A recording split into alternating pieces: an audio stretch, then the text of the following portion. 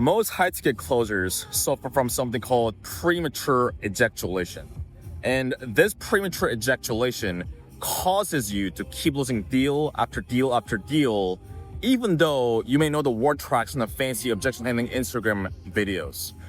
So how I explain premature eject-ulation is, imagine, let's say you go out to the club and you see a beautiful girl, blondes, whites, high heels, tight dress. You start talking to her, and now the girl's not giving you that much of a reaction. The girl's not really like crazy laughing at your joke.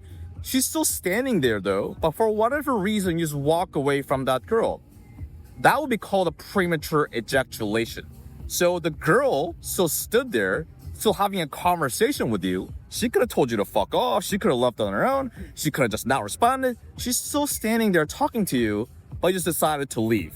Now, what's the chance of anything happening at that point? 0. Now imagine an alternative scenario where even though girls not gonna be the laughing, but you just stand there and just keep talking back and forth. What's your probability then? I mean, at least probably 1% higher than the other guy, right? So this was in the dating community known as premature ejaculation. And in the dating community, they say, be the last dick standing, and the last dick standing is the dick that gets sat on. So essentially what they're trying to convey is that if you just stay in the interaction, the more likely chance of something beautiful happening, like you go home together and read the Bible together. Now, I'm not a dating expert, but the same exact concept, the same exact principle applies in sales. Because what I typically see where closers are losing a lot of deals is that I'll review a sales call from a new rep that came in. And typically what will happen is that the prospect will give some sort of objection. Like, hey man, this sounds good, but let me just think about it. This is how I make rash decisions, or I don't make decisions like that. Whatever, partner objection, whatever. And what the closer will do, they'll try to say something, hey, money aside, would you do it, yada, yada, yada. They don't know what else to say, so they just hop off the call. Now, the problem is, once you hop off the call, what are the chances of the prospect coming back and actually moving forward with you? I mean, practically very, very low, right? So this one kills a lot of people. And you may say that, oh, but bro, I didn't know what else to say. I didn't want to burn the lead. Yeah, but I mean, if you say something, you have a 1% higher chance. If you just hop off the call, now you have practically 0. Because once you hop off the call, we all know prospect goes back into fear mode. They justify why they shouldn't do it. And now at this point, you're just playing the hope and pray game. It's like hope that they come back. That's what princess closers do. We are not princess closers if you're watching this. So this is why a lot of people just keep losing out on deals. Like, you may know some of the word tracks. Maybe you studied, maybe you saw some of the videos on Instagram, like what to say, so on and so forth. But all that is useless if you just hop off the call, isn't it? And so there's different why people just hop off the call too easily. So let's kind of break it down. Number one is a logical, maybe like a skill deficiency, meaning that you may not know what to say. It's like, oh, I don't know what else to say. Now, obviously, go get the skills, okay? That's something what we do in the real sales system program, mapping out the exact objection decision tree process and basically coach you so you can actually execute it, not just knowing it. There's actually a deeper reason behind just the skill set issue. That's just a mask in disguise, okay? Because the deeper issue is that a lot of people just feel uncomfortable and awkward. And that's why they want to leave the situation. Just like that guy that's talking with the girl, but they feel awkward, so they just leave, even though the girl's still talking to them. It's a more inner game issue. So let's kind of talk about that without being too woo-woo about it. When I was at 7th level, at the time the CEO, Matt Ryder, told me, as a closer, as a sales professional, we are not allowed to get flustered. And we cannot have the awkward gene. As a closer, as a sales professional, it is illegal to feel awkward and flustered. The reason why is because it's sales. It's a human interaction. There's a bunch of different things that could happen. There could be awkward silences. The prospect can push back on you. They can get offended. The prospect, I don't know, the wife walks into the sales call like, hey, what are you doing? It's a scam. All these different things. You know what I mean?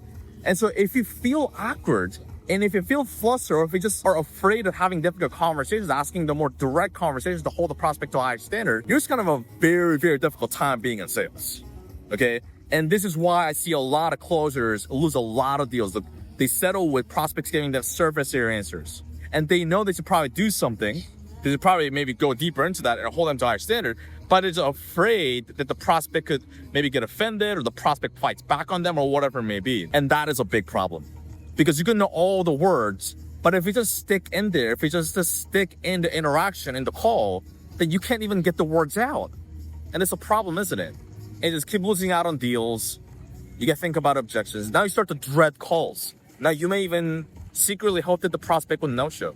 If the prospect no-shows, maybe you're deep down a bit relieved. Listen, I've been there. We've had students that have been there. Students who are pretty much about to throw in the towel that actually come in. And then once they know how to do it, they're actually excited to get on calls. That's what you want. Because who wants to just keep losing out on deals, just killing their confidence and not having the confidence? So going back to this is, how do you go about this? Number one is, nothing is personal on the sales call. Number one, you're never going to see these people ever fucking again. Maybe on a follow-up call, you'll talk to them, but in real life, are you going to see them? Are they going to show up to your wedding? No. Are they going to show up to your funeral? No. Are they your best friend?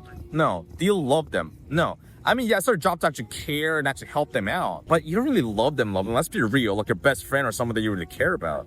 And so that's not to say be just completely unempathetic and just like not care about these people's opinion whatsoever. But it's just, I'm just saying this to drive the point home that it doesn't fucking matter. Nothing is personal. It's sales. It's human conversations.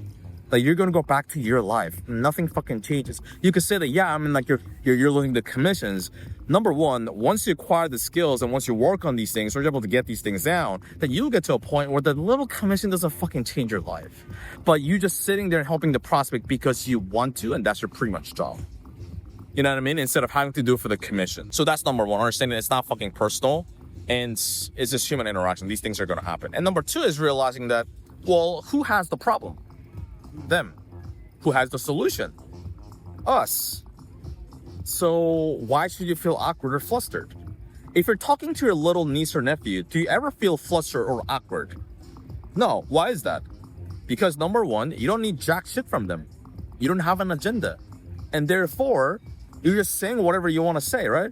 It's like, hey, how was school? You're like, yeah, it was good. Cool. Anybody picking on you? You good? You're going to say those things without any barrier, without giving a fuck, right? Because number one, you don't have an agenda. You don't want anything from them. And number two, because you view yourself as higher status than them. So why should sales calls be any different? They have the problem. What you sell solves that problem. They got what you need. And so it's not like this weird dick size battle. It's like, oh, I'm better than you. It's not about that. But it's understanding that they booked the call for a reason. Okay, if you're watching this video right now, you're probably a high-ticket closer, right? Selling some sort of high-ticket coaching program, selling high-ticket done-for-you lead services, or something similar to those lines. We're not using cold calling people, at least in that context. We're talking about they booked a call with you, and then they decide to show up, carve out an hour of their time. Or if it's an outbound scenario, they requested information, they submitted their phone number or email. Nobody put a gun to the head saying like, you should do that. You know what I'm saying? So they need the help. Even if they say like, oh, I'm doing good, bro, or I'm already doing good. If they're doing so good, 100% happy, would they really be talking to you for an hour or book the call for an hour?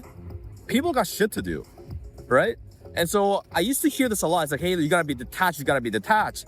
I never really fully internalized it until I had a conversation with Jeremy Miner, my former boss at 7th Level, about this. And that's like the exact questions I asked you is the exact same thing he told me, which is who has the problem, who has a solution. And also another thing I got from the dating community is that just seeing them as a little, like a niece or nephew. Again, not to demean in a way, but just to see that, just to put like the attachment out of the way, you know?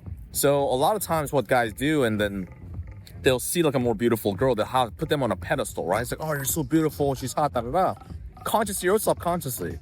And so now they come off a bit weird. They're just saying weird things or coming off unconfident. And that just kills the interaction, right? So it's the same thing in a sales conversation. If you see your prospect as a sophisticated prospect or whatever it may be, bro, it's just a human fucking being, you know? Now, how you communicate and how you sell might be a bit tailored for that specific prospect's avatar. You know what I mean? Like their driver and then what they're driven by more, so on and so forth. But it's still a human being. Just talk to them, right? A lot easier said than done, obviously. But I'm saying this to drive the point home that we got to have the perspective that we have what they need. And they're here for a fucking reason. Otherwise, they would not be here. Okay? So it's understanding those things. And also another thing, too. One thing that Gary Vee says is, I went to a Gary Vee convention many years ago. I think like 8-9 years ago or something. One thing that struck with me, what he said is, 1 is always greater than 0. And what he means by that is, if you just sit there and just yap about random shit, you have a higher chance of closing that deal than just hopping off the call and hoping and praying that the person gets back to you instead of saying in the email like, hey, we'll decide to go in a different direction. Now your stomach sinks. What's going to happen if you just stand there, even if you're uncomfortable, even if you don't know all the perfect thing to say, then you're going to start to like figure some angles out. Maybe something lands, right? It's better than nothing. And as you do that, obviously go acquire the skills more polished, more streamlined way. That way, when you hop on the call, when you're getting an objection, you don't, fuck another objection. You're not doing that, but you're like, you know what? I know exactly how to do it. It's fucking no big deal. And get your calls reviewed and your role play reviewed and get feedback that way you know what you're doing, right? Another mistake that people make when it comes to objection handling, or in general, but especially objection handling, is that you come off too eager, and also you come off argumentative. So the prospect may say, yeah, I gotta go talk to my wife, but hey, bro, but this is and now it's like arguing back and forth. You don't want that. Okay, what you do want is a collaborative frame where you get in the same team as them, and you're not attacking the prospect. You're not arguing against the prospect, but you're teaming up with the prospect to tackle whatever concern or limiting belief for whatever objection they have, because they need to overcome that themselves in order to get to where they want to go, take their action and make the money or have the life that they want, have the business that they want. It's just that their objection, their belief is getting in the way. So no more premature ejaculation, no more blowing your load too quickly. Once you do this though, like I said, you'll get more confident on the calls. You look forward to it.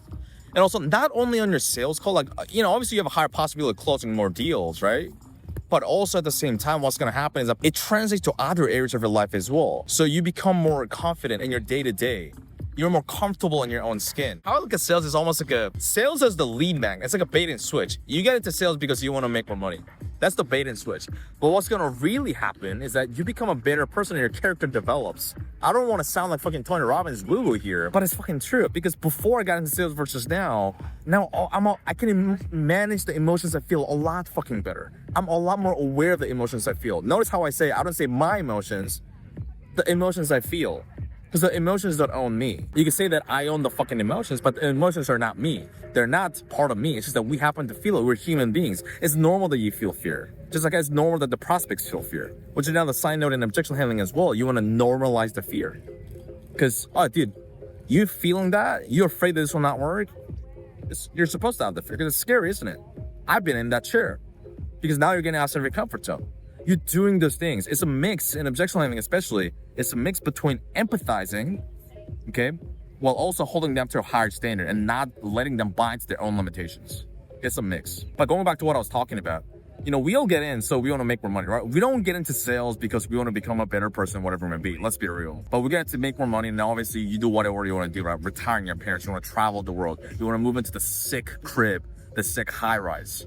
You want to get the girls that you want. Because obviously, if you have more success and wealth, then obviously you're going to attract more high quality people.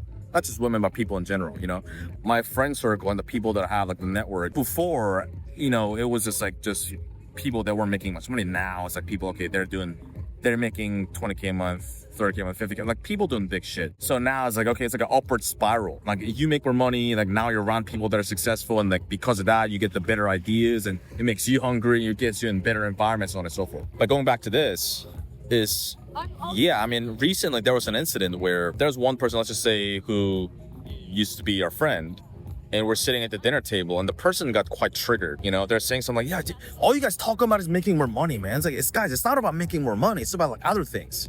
It's like, you guys are values just making more money. And but that person was quite assumptive, right? Because like, well, you don't know our values. Maybe our value is something different, Maybe it's beyond money. You don't know that. But the person was like getting quite triggered.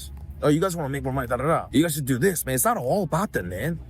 And me and my other friend was sitting at the table. I was like, yeah, dude, I hear where you're coming from, man. Listen, we do what we want to do. You do what you want to do. So we were not triggered at all because we knew how to manage the emotions we feel because we went through that. Because what happens in sales is you're going to have fucking ups and downs, man. You ever realize that? You're going to have ups, like you're closing deals, you're like fucking best closer in the fucking world. And then you have days or weeks like, fuck, I'm not closing a fucking deal, man. I'm like, what's going on? You're doubting yourself. You want to quit. You want to throw in the towel. Is sales really for me? And what'll happen is that now you get better at going along with the wave, the up and down. You can manage the emotions better. Not just in sales, but also things going on outside of your life too.